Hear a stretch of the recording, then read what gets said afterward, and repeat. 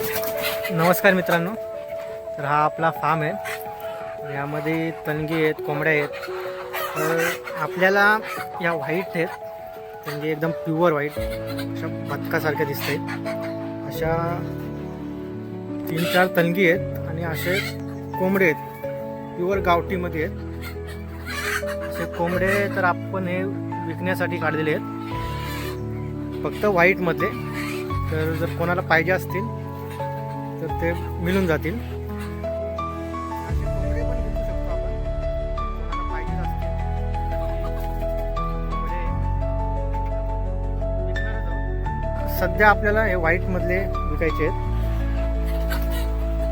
तर कोणाला पाहिजे असतील तर कॉन्टॅक्ट करा, मिळून जातील.